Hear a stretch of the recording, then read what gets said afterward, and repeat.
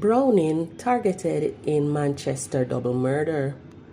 Chinese supermarket operators abducted in Spalding robbery.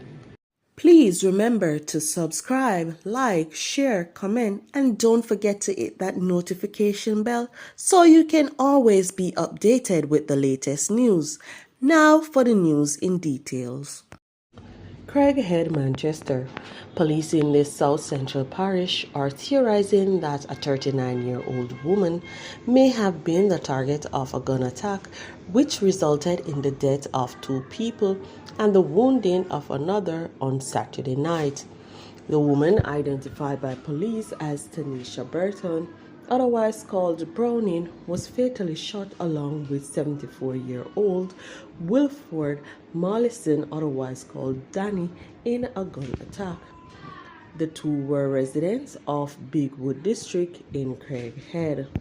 According to the police, about 10 p.m. Saturday, residents reported hearing loud explosions in the area.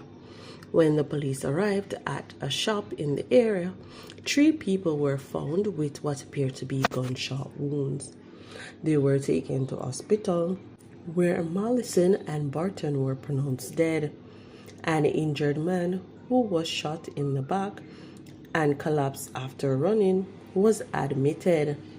The incident in the northeast Manchester community of Craighead, a farming area, has sent shockwaves. A Chinese-owned supermarket was held up and 2 of its operators abducted during an armed robbery in Spalding's Clarendon on Sunday afternoon.